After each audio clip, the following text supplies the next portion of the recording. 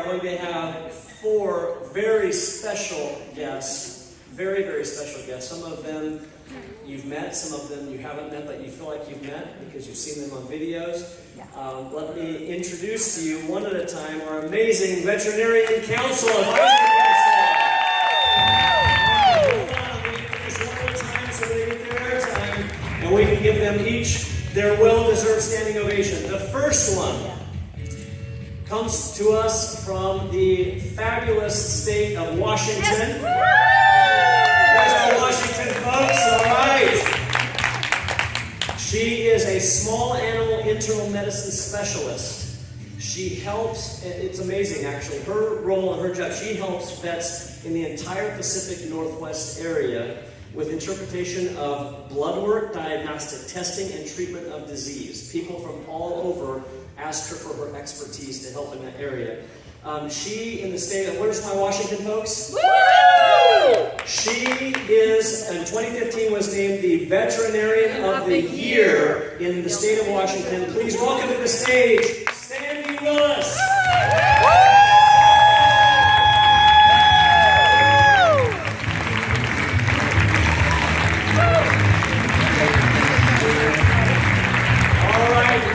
Sandy, our next guest and advisory panel member, is a great entrepreneur. And he's also a great veterinarian. And he actually owns in the Chicago. Where's my Chicago folks? All right, Chicago area. He actually owns, either has built or bought 10 veterinarian animal hospitals in the Chicagoland area. Very impressive. He's built a wonderful practice. He's the founder of Help Save Pets Animal Shelter. He's saved over 10,000 pets' lives in that shelter. In addition to all the work he does at this 10 animal hospitals, he's very busy. It's an honor that he has taken out of his time to be here. Please help me welcome to the stage Dr. Tony Kramer.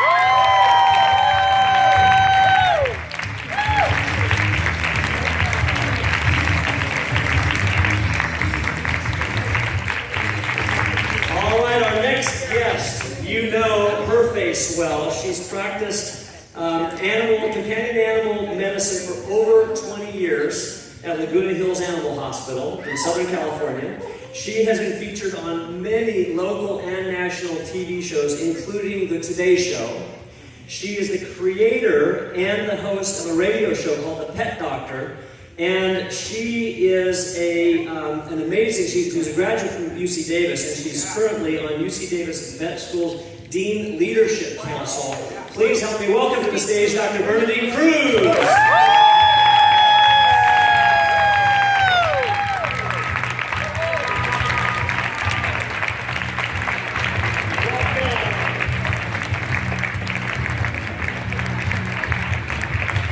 And last but certainly not least, you know her if you attended pawFest last year. She's the co-founder and CEO of Lap of Love Veterinarian Hospice.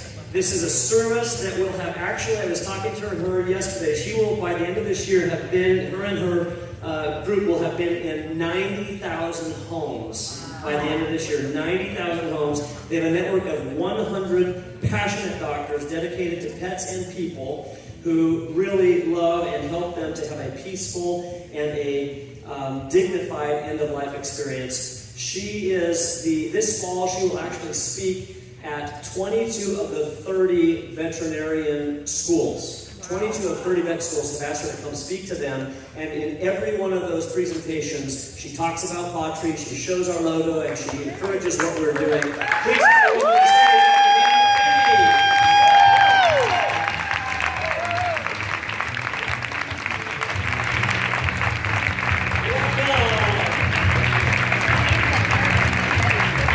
this amazing veterinarian advisory council. And they are amazing. And very appropriately, I'd like to bring out someone else amazing who's going to lead our advisory council. Will you please give it up once again to our Director of Product Marketing, Brooke Slick.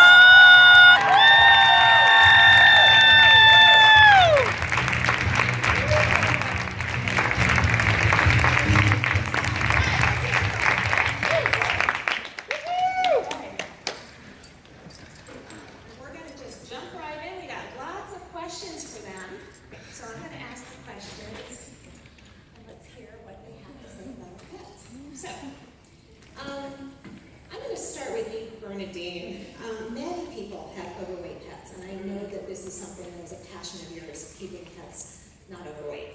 How do you know if your client's pet is overweight, and how do you convince them that they're fat and not fit? Okay, how many of you have chubby pets? Oh, no. I know, it's really easy because they get chubby right in front of your face, so you don't even realize it, because you see your babies every day. So when you try to tell somebody that their pet is overweight, number one is, but they like the food. So awesome, I'm glad they like the pawTree and they want to eat it. But being overweight can really cause medical issues for them. So when you say, generally, you never want to say their pet is fat, because that makes them feel badly, because I have a chubby pet. A friend came over every day and said, your dog is fat. After a while, you have umbrage to that. Wait, you're disrespecting my animal. But if you let them know body condition score, have any of you heard body condition score? Yeah. It's awesome. So you say, okay, a scale, some do 1 through 9, 1 through 5. I like 1 through 9, gives you a better running room. So you say, okay, 1 through 9. 1's a bag of bones that you never want to see. 9 is going to be that balloon with a paw sticking out and somebody says it's a pet. You say, okay, can you feel the ribs? Yeah, there they are. But yeah, you're going through 3 inches of fat first. Just with a little bit of pressure, you want to feel the ribs. You don't want them sticking out, but you want to go, yeah, there they are. And if they can't, they need to wear Spanx, or they have a little, they're overweight. But the Labrador at the dog park is fatter than mine, and I always tell people, if you want to look skinny, have fat friends. So generally let them know if you can't feel the ribs, it's not good for their lifespan. They're going to live about 15% less. So it's a huge amount. And when's the best time to start these pets on a healthy weight? From the moment they're puppies. Because if you have a puppy or a kitten that's overweight, they're more likely to have weight issues when they get older. So right from the very get-go, yes, that pudgy little puppy and kitten is cute, but you really want to make sure they're slim from the time that they're young. They're going to have a longer lifespan and a healthier lifespan. That's awesome. I think we all learned something here. Woohoo! At what age, Bernadine, should a pet parent be concerned with their pet's weight? I mean, you said start at when they're a puppy. It's never too late to start. So if you have a client, you just met them, and they have a 8-year-old golden retriever that is one of these. All right, they didn't start, it's always been fat. All right, it's always been chubby. Now you start today. When's the best time for us to start a diet if you need to lose weight? Today.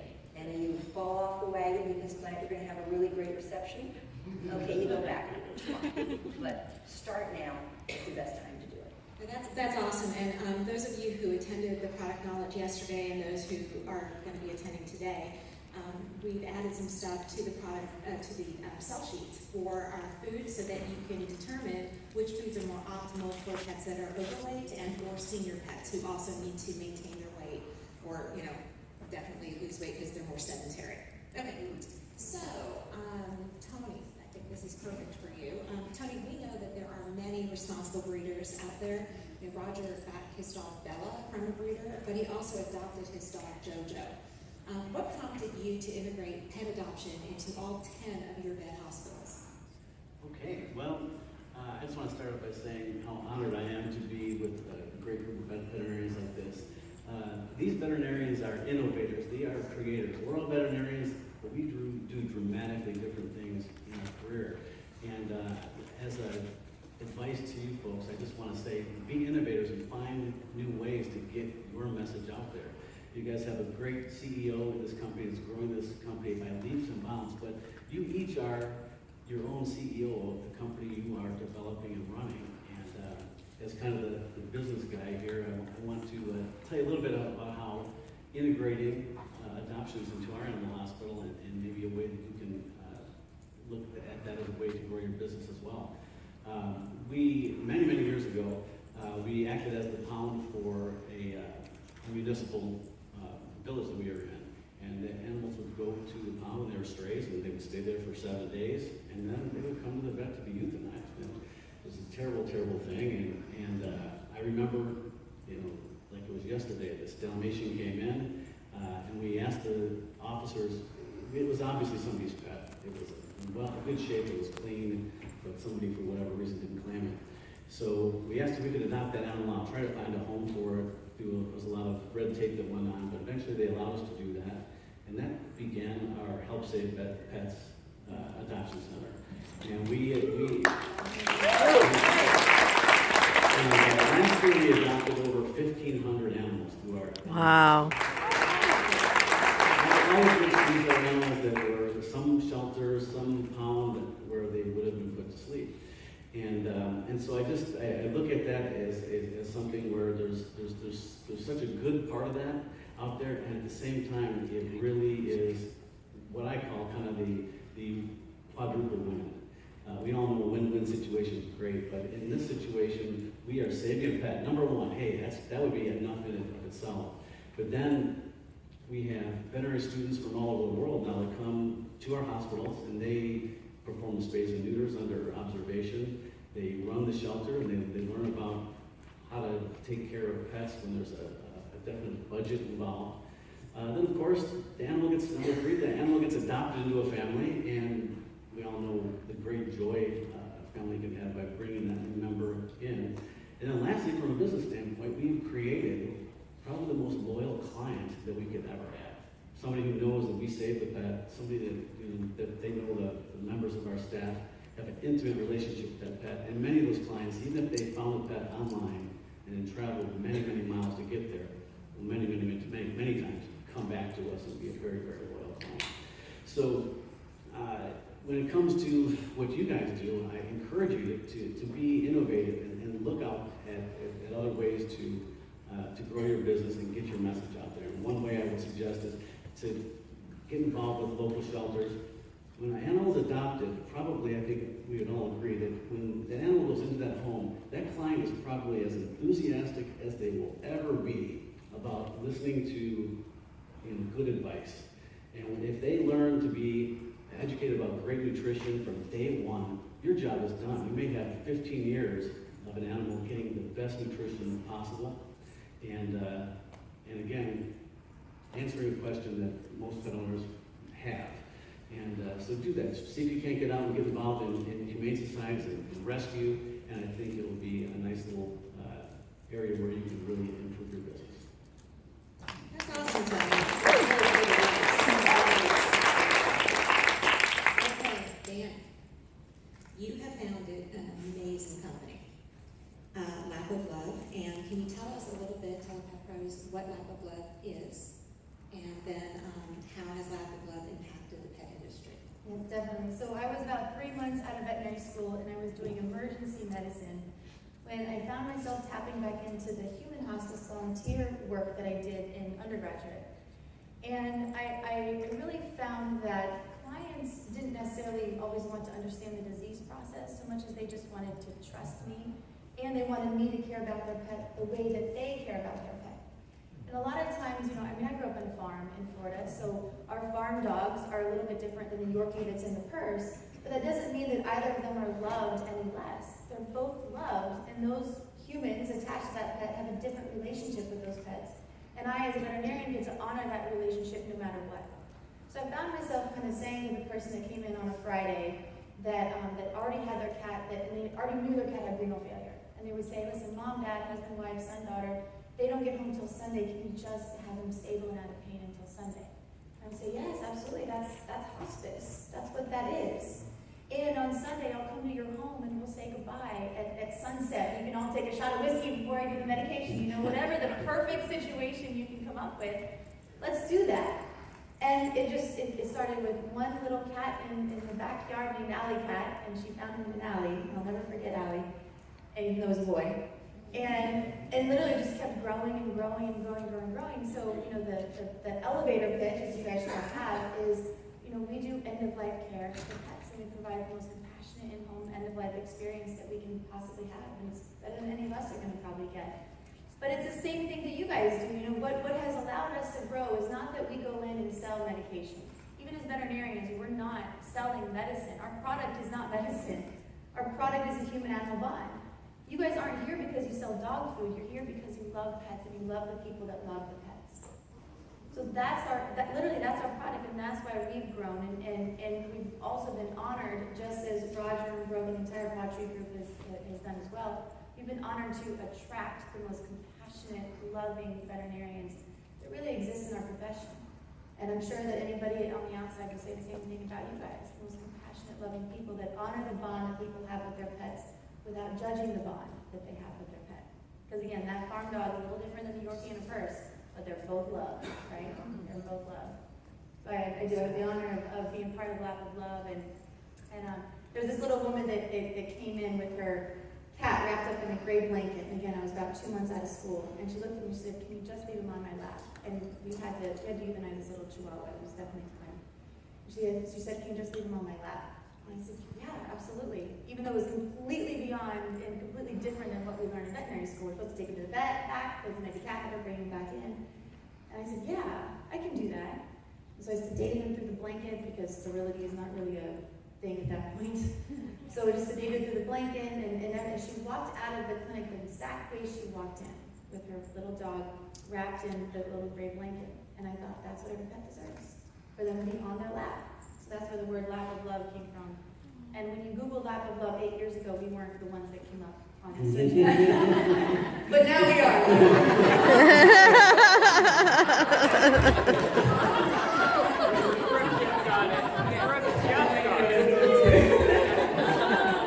That's how we do trademark searches.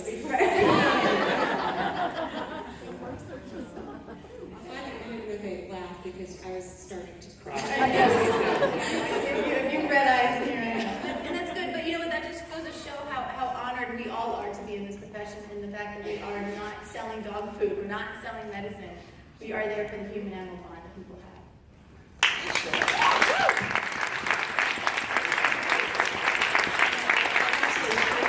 With pawTree, we're selling life. We're selling thriving lives. We're not just letting our pets hang around. We're letting them be active and healthy and the way they should be, the way we want our pets to be. Okay, thank you. Okay, so Sandy, last but not least, certainly, you work as an internist consulting at a diagnostic laboratory. What would be an example of a case you might consult on? I have a really unique job. Working as a consultant for a veterinary diagnostic lab, a very independent one up in Seattle. Where are the Washington folks again? Privately owned lab. We've been around for about 27 years, and we've all talked about the human-animal bond here and how important it is and how we're all working toward that. And I talk to veterinarians that use our laboratory, and some that don't, because I've gotten to be kind of well known in my state, but about what to do kind of complicated cases in medicine. And it can run the gamut from what does the results of a blood panel mean. Have you guys had blood work done on any of your pets? So we're the laboratory that picks up those samples from the veterinarian, analyze them, and then I help interpret the lab results for veterinarians. I also talk to veterinary technicians. I don't know if there's any technicians. You got some veterinary staff in here as well. Awesome, you guys. And that's what I do, and I love doing that. And what, for me, over the years, I've been doing that a long time, is that yes, it's about the medicine and it's about the lab work, but it's about the communication. And again, we're all kind of in sales, but what we're doing is supporting that bond. And I've done some speaking on communications, because I actually have a talk that says enough tests already, just treat. Because a lot of people go, all the veterinarian's going to do is do a lot of tests. Because sometimes, and I know I'm sitting with an audience that really understands this, we need to communicate the value of that. Because if we can find out what that beloved dog or cat has, and it's not about lots of tests and lots of money and everything. Bill Gates lives in our area. I think he has a pet, but nobody is, even if they're very rich, is not totally made. It doesn't make sense. It's not about every test under the sun. It's about finding the cause of disease as quickly as we can, so that we can relieve suffering.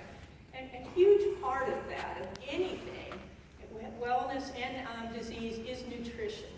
And making sure, and their appetite, and making sure that they're eating really well. That's a great place to start. And for example, I consult on all kinds of different things, but I'll use my own cat as an example. As gastrointestinal disease can be really subtle. It can be as appetites down a little bit. And you guys know, I mean, all of us pet owners watch very carefully that our pet is not eating really well. And it may be, you get vets together, you're gonna hear vomiting, diarrhea, sorry guys, I can't use those words, but Talk you may about see sleep all the time. signs like that. We may see weight loss, we may see gagging. So my own, I have a Giselle, Oriental Longhair, 6 years old, starting to do a little, I thought she was vomiting, suddenly stopped eating. I'm very astute on that, but I came home and started petting her and watching her. She wasn't vomiting, she was gagging. She was just kind of, and that's up here as opposed into the stomach. Now I can't do my own work, but what I consult veterinarians on is what I do with my own kitty cat it's let's get some blood work on her. Let's make sure her kidneys are okay, that she's not anemic, that the liver's okay. Let's look way up here. Let's get some urine on her. That's really important. We do that by cystocentesis sterilely. And then she also had this other vomiting thing. You guys have cats? Cats puke. They do? They vomit. That's why we clean carpets and stuff. But you guys know when it's more than it should be. So based on that history, we did an ultrasound, didn't find anything. This was all done in about 3 hours because this is the way the specialty center works. I'll talk a little bit more about specialists. And then we decided to scope her under anesthesia with a technician carefully monitoring anesthesia. Look, is there anything in her throat? And she's an inside cat, but there's a few plants. Is there any grasslands anywhere? Everything was fine, a little red. We went down in her intestine, did some biopsies because of her chronic history. Woke her up, she came home. She a little supportive care, she was fine. I think we just scared the coughing out of her, and she decided, I'm fine now. And what we found looks like early small cell lymphoma. My cat actually has a very indolent or slow moving cancer that I was like, oh, I think I'm gonna throw up when I heard that, because I didn't anticipate that. But because we were very thorough in finding out, now I can decide what I want to do. And I tell you, oncology has really expounded on our profession, and it's all about supporting the bond we have with our animals. So I have one veterinarian just say, as I close here, it just said when I was talking to him about an older dog that wasn't eating, wasn't feeling really well, blood work was normal, and he said the owners just want to let nature run its course. Well, to me, literally taken, they just want the animals to sit there and slowly die. That's probably not what they meant. I think what they meant is I don't want to do huge, big tests and heroics, but yes, there are so many medications we have now, and a lot of them are hospice related to make them feel good for their stomach, appetite stimulants. Look at the products that you guys have to encourage them to eat so that we are making them comfortable so that we can continue that bond. But again, I'm really excited to be here and talk to you guys a little bit more about the medicine. Woohoo!